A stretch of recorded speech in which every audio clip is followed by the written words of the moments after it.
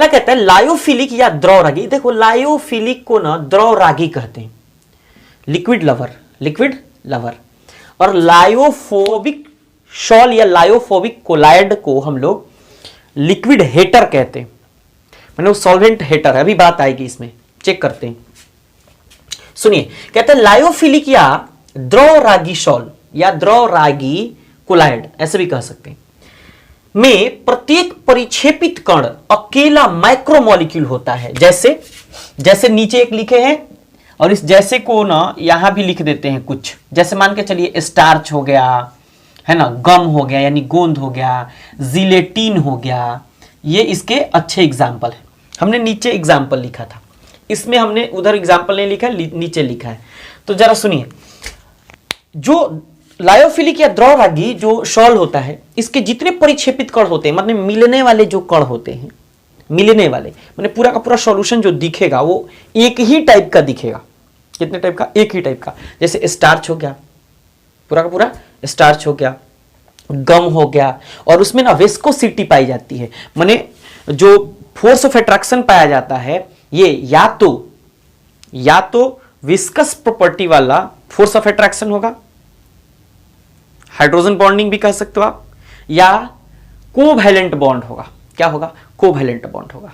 तो सुनिए, मैक्रोमोलिक्यूल होता है माने बड़ा बड़ा मॉलिक्यूल, जैसे स्टार्च तो बहुत बड़ा मैक्रोमोलिक्यूल है, गम गोंद बहुत बड़ा मैक्रोमोलिक्यूल है, ऑर्गेनिक कंपाउंड है ये, जिलेटिन भी बहुत बड़ा मैक्रोमोलिक्यूल है, ऑर्गेनिक कंपाउंड है। जरा सुनिए, इसका कहता है कि लायोफोबिक में जब ये परिक्षेपित कण केवल और केवल मैक्रोमोलिक्यूल होते हैं, तो ये क्या होते हैं? जरा सुनिए, कहता है लायोफोबिक या द्रवरागी शॉल में प्रत्येक परिक्षेपित कण, एक एक परिक्षेपित कण परमाणु या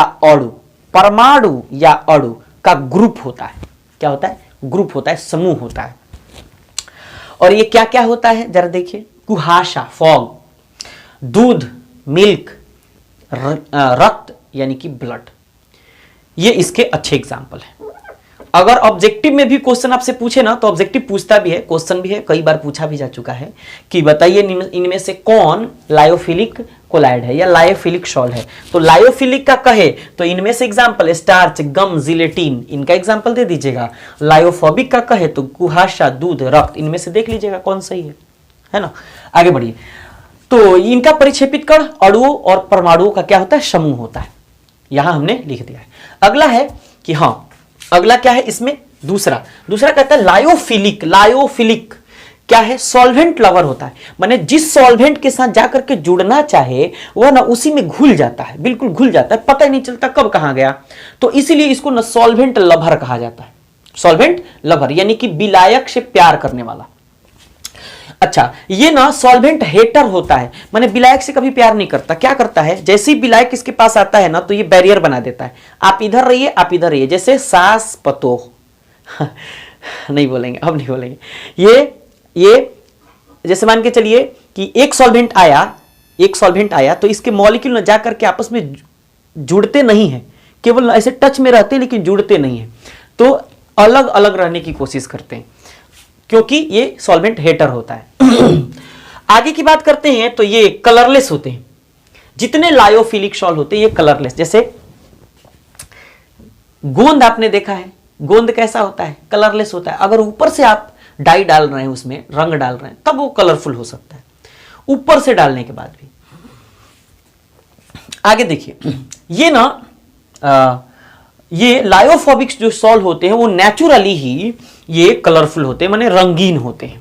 और उसके बाद लायोफिलिक सॉल या कोलाइड का स्टेबल सिस्टम है, माने एक बार गम बन गया तो फिर से गम अगर बन गया तो उसको स्टोर भी करके रखिएगा ना, तो गम के कण कभी भी अलग बिलग नहीं होते। आप चेक कर लीजिएगा, अलग बिलग नहीं होते हैं। आपने इस्तेमाल किया होगा अगर गोंद को, तो कभी भी गम यानी गोंद के कण अलग नहीं होते हैं।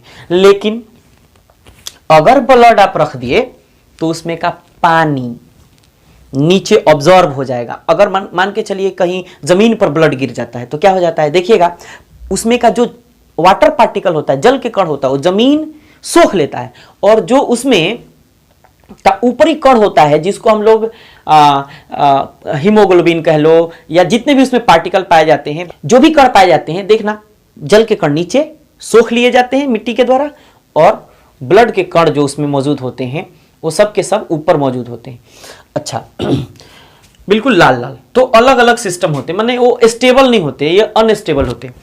तो यह कह रहा है कि लायोफोबिक जो सॉल होते हैं, सॉल या कोलाइड का अनस्टेबल सिस्टम है।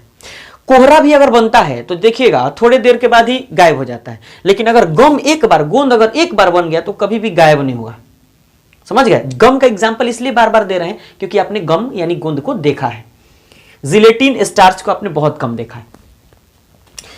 आगे कहता है कि ये रिवर्सिबल यानी कि उत्क्रमणीय होते हैं, ये उत्क्रमणीय होते हैं, माने जिस प्रोसेस से आप गम यानी गम बना रहे हैं, गोंद बना रहे हैं, उस प्रोसेस से आप पुनः उसके पार्टिकल को वापस प्राप्त भी कर सकते हैं, लेकिन ये ना रिवर्सिबल नहीं होता, माने अनुत्क्रमणीय होता है, रिवर्सिबल नहीं होता। एक बार कुहासा बन गया ना तो फिर वो कुहासा अगर एक बार बन गया तो रिवर्सिबल अगर नहीं है तो फिर वो बन करके स्टेबल था लेकिन फिर गया तो फिर आएगा नहीं, फिर गया तो वही कण फिर आएगा नहीं। तो जब वही कण आएगा नहीं तो फिर आप उसको क्या कहेंगे? रिवर्सिबल नहीं होता, माने अनरिवर्सिबल होता है, चाहे इरिवर्सिबल होता है। अच्छा कुहासा, अच्छा दूध बन गया, अगर मान के चलिए दूध बना दिए, तो क्या दूध से पुनः आप उसके पार्टिकल जब प्राप्त करेंगे तो क्या वैसा ही पार्टिकल आपको प्राप्त होगा जैसे दूध के कण थे? नहीं।